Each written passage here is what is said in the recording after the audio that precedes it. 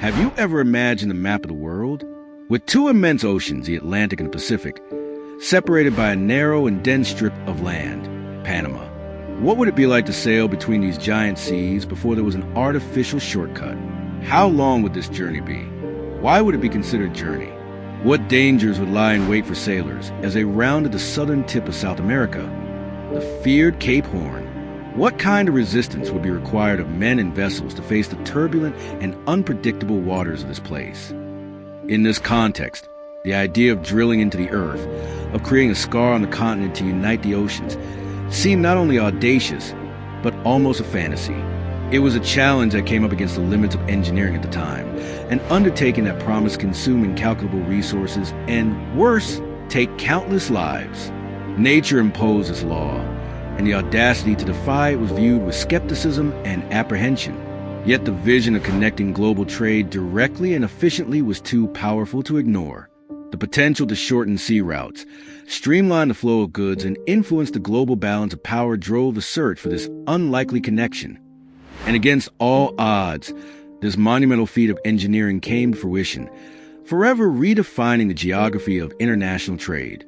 Today, the Panama Canal is a vital artery, a link that connects more than 140 shipping routes and facilitates the movement of approximately 5% of all trade that circulates around the world. But this achievement, which today seems so natural to us, was forged at a tremendous human cost. This is a story of ambition, risk, and technological advancements never before seen.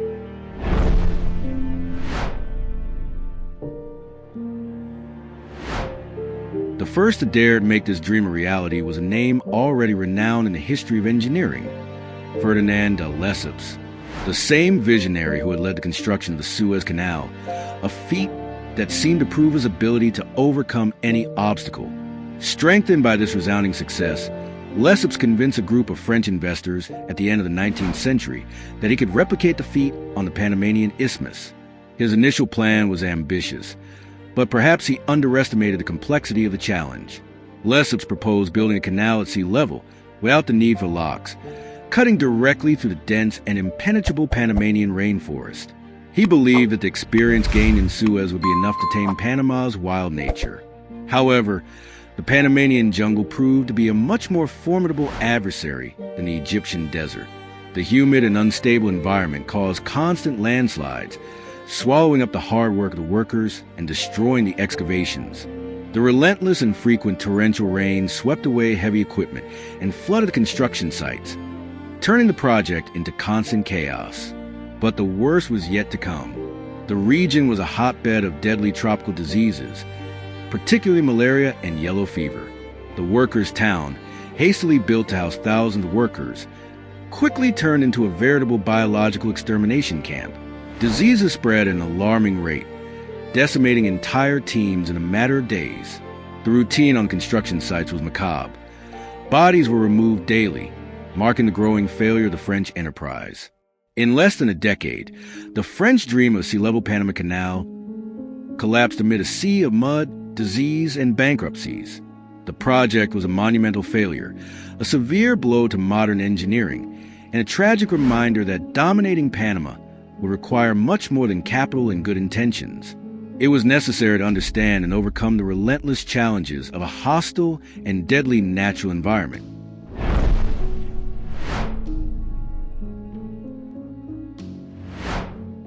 With the resounding failure of France, Panama rose to a new level on the global geopolitical stage. The United States, already seeing Central America as a region of growing strategic importance, immediately recognized the transformative potential of an interoceanic canal. They believed that control of this vital sea route would give them an invaluable economic and military advantage, altering the delicate balance of global power. However, there was a significant political obstacle. Panama was at that time a province of Colombia, and the Colombian government was adamant in its refusal to cede construction rights to the Americans. For the United States, this intransigence represented an obstacle to its strategic ambition. The solution it found was bold and controversial. To support the creation of a new country, in 1903, the United States organized a separatist movement in Panama. With the tacit and, some argue, explicit support of the Americans, the region declared its independence from Colombia within days. The new Panamanian government, recognized almost immediately by Washington, did not hesitate to sign a treaty, granting the United States perpetual control of the so-called Canal Zone, a strip of land that cut the country in half and that will remain under foreign rule for nearly a century. This diplomatic maneuver, although effective for American interests, generated resentment and questions about Panamanian sovereignty that will persist for decades. For the United States, however, the objective had been achieved. The canal was now within its sphere of influence, but the practical challenge of construction still loomed large. How could the tragic fate of the French attempt be avoided?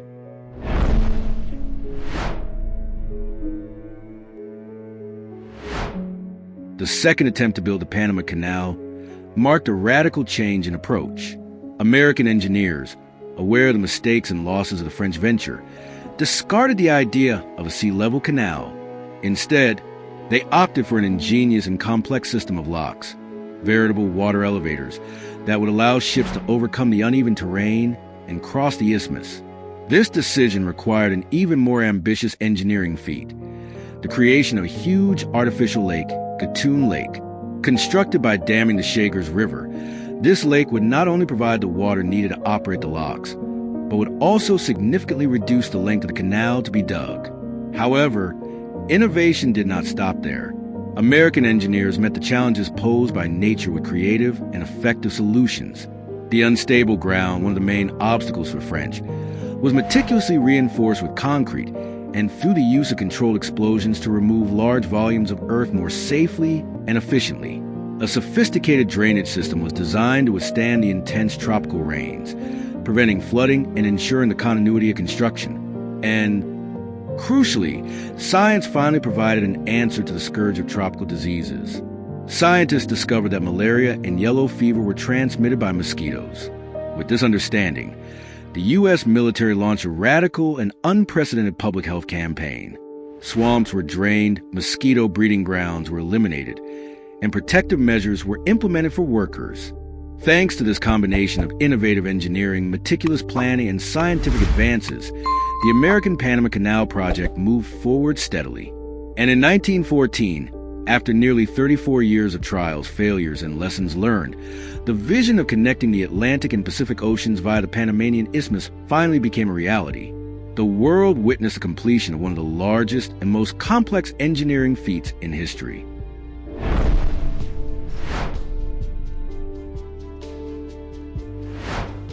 The inauguration of the Panama Canal in 1914 was undoubtedly a milestone in the history of engineering and a source of great pride for the United States. However, behind this technological triumph lies a dark history marked by a devastating human cost. It is estimated that more than 25,000 people lost their lives over the decades of construction, a number that may be even higher given precariousness of records from the time. The vast majority of these workers were immigrants, many of them from the Caribbean, attracted by the promise of employment, but who found themselves in inhumane working conditions and miserable wages. They lived in overcrowded and unsanitary quarters, exposed to disease, accidents, and relentless exploitation. The lack of labor regulations and the urgency to complete the work often put the workers' lives on the back burner. Many of these workers did not even have their names officially registered. They were seen as disposable labor, and their deaths went largely uncounted, making the sacrifice of thousands of lives and the realization of this ambitious project all the more invisible. While the United States celebrated the opening of the canal as a national victory, a symbol of its growing global influence and its ability to overcome any challenge, for the Panamanians and the thousands of anonymous workers who fell in the jungle, the story was profoundly different. The canal, while representing a breakthrough for world trade, was also a bitter reminder of the exploitation and suffering that marked its construction.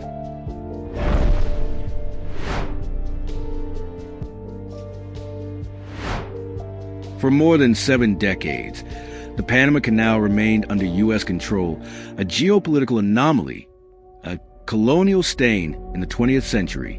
For Panamanians, this occupation was an open wound, a constant reminder of U.S. intervention and the loss of sovereignty over a crucial part of their territory and heritage. Over the years, popular dissatisfaction with the U.S. presence in the canal zone grew, fueling an increasingly strong nationalist sentiment. Panamanians never passively accepted the situation, and the issue of control of the canal became a central issue in national politics.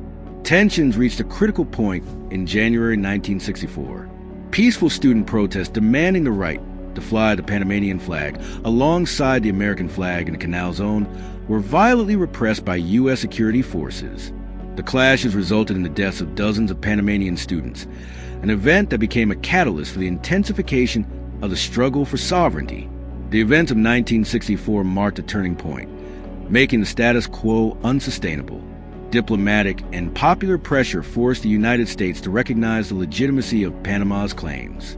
After years of complex and delicate negotiations, in 1977, U.S. President Jimmy Carter and Panamanian General Omar Torrijos signed a historic treaty that guaranteed the gradual return of the Panama Canal to Panama by the end of the 20th century.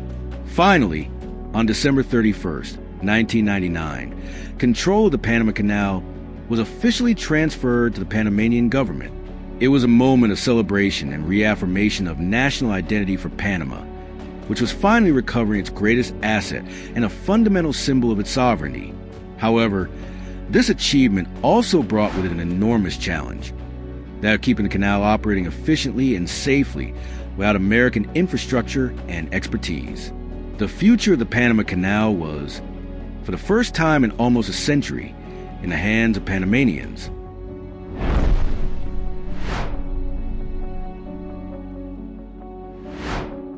Today, the Panama Canal remains one of the world's most strategic waterways. Since its expansion in 2016, which allowed for the passage of larger vessels, the canal has been essential to global trade. However, it faces significant contemporary challenges, such as climate change that threatens the water levels of Gatun Lake and the emergence of new routes, such as the Northwest Passage in the Arctic. Recently, new geopolitical tension has emerged surrounding the canal. U.S. President Donald Trump has expressed his intention to regain control of the Panama Canal, citing national security concerns due to growing Chinese influence in the region. In a presidential memorandum, Trump instructed the Pentagon to develop military options to secure U.S. access to the canal, claiming that Chinese investments in nearby infrastructure could pose military threats. These statements have prompted strong responses from the Panamanian government. Panamanian President Jose Raul Mulino dismissed reports of possible U.S. military assessments related to the canal, emphasizing that such information came from anonymous and uncorroborated sources. Mulino reaffirmed that the canal is administered fairly and transparently by the Panama Canal Authority, a Panamanian government agency, and that the country's sovereignty over the canal is not up for debate. In addition, grassroots movements in Panama have announced resistance to Trump's threats to retake the canal, emphasizing the importance of national sovereignty and rejecting any form of foreign intervention. Given this scenario, the future of the Panama Canal remains uncertain.